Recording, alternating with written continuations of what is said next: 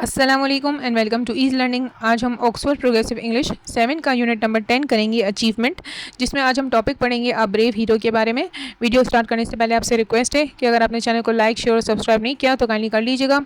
जब paragraph number 1 में बात हो रही है, जब पाकिस्तानी मिलिट्री हीरोज़ और रोल मॉडल्स की बात आती है तो आमतौर पर हम सुनते हैं बहादुर हीरोज़ के बारे में, जैसे कि एम आलम और राशिद मिन्हाज के बारे में।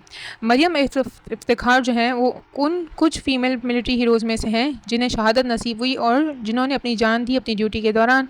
वो इनफैक्ट पाकिस्तान की पहली और ओनली फीमेल फाइटर पायलट थी जिन्हें शहादत मिली जब वो अपनी ड्यूटी कर रही थी, और उस दौरान जो है वो चाहती थी कि अपने लोगों की ज़िंदगी बचा सकें। उसी दौरान उनकी शहादत हो गई। पैराग्राफ नंबर 2 में बात हो रही है, वो 1992 में कराची में पैदा हुई और मरियम चाहती थी कि वो पाकिस्तान एयरफोर्स को ज्वाइन करें और अपने मुल्क की खिदमत करें भरपूर तरीके से। वो अपने रूटीन फ़्लाइट के मिशन पर थी नवंबर 2015 में। तो एयरक्राफ्ट में एक सीरियस टेक्निकल मेल फंक्शन यानी फॉल्ट आ जाता है और मरियम चाहती तो वो फ़ौरन से उस एयरक्राफ्ट में से छलांग लगाकर अपनी जान बचा सकती थी।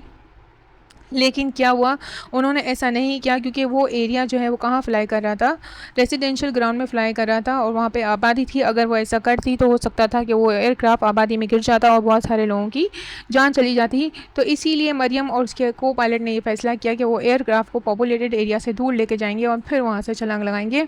ये डिले से उन्हें पता था कि उनकी चांस है कि उनकी ज़िंदगी जो है वो जा सकती थी, लेकिन फिर भी उन्होंने ये फ़ैसला किया और अल्टीमेटली और फाइनली जो है क्या हुआ, उन्हें शहादत नसीब हुई।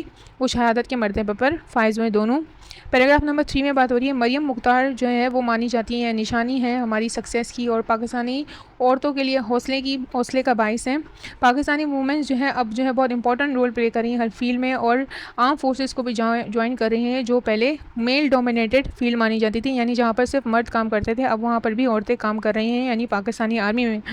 एज सिटीज़न अगर हम शहरी के तौर पे बात करें तो हम अपनी सेफ्टी पे इतना ध्यान नहीं देते, अपनी डे टू डे जो एवरीडे की सेफ्टी है। ये इसीलिए है क्योंकि हमें यकीन है कि आर्म फोर्सेस बॉर्डर्स पे हमारी हिफाजत के लिए मौजूद है।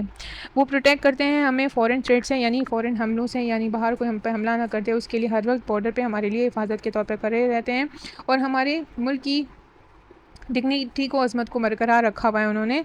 ना सिर्फ ये, बहुत सारे जो लोग हैं वो अपनी ज़िंदगी को भी ख़तरे में डालते हैं और हार्ड डिसीजन लेते हैं, सख्त फैसले लेते हैं ताकि हमारी ज़िंदगी बच सके, जैसा कि मरियम ने किया।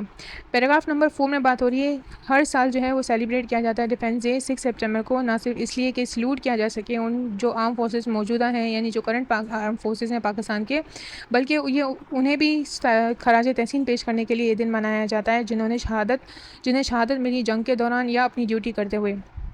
रेड्स कहते हैं, चादर चढ़ाई जाती है, फूल चढ़ाए जाते हैं उन यादगार शहदा के, यानी उनकी कब्रों पे जाकर एट मलील गैरिसन में जाकर वहाँ पे जितने भी शहदा हैं उनकी कब्रों पे चादरें और जो है फूल वगैरह गुलदस्ते वगैरह रखे जाते हैं, और ये इस बात की याद दिलाता है कि कितना पावरफुल कंट्रीब्यूशन किया है इन लोगों ने, जो कभी भुलाया नहीं जा सकता। वो आपको अच्छे से समझ आया होगा। अगर आपको वीडियो अच्छी लगती है तो काइंडली लाइक करिए, शेयर करें और सब्सक्राइब करना मत भूलिएगा। ओके, अल्लाह हाफ़िज़।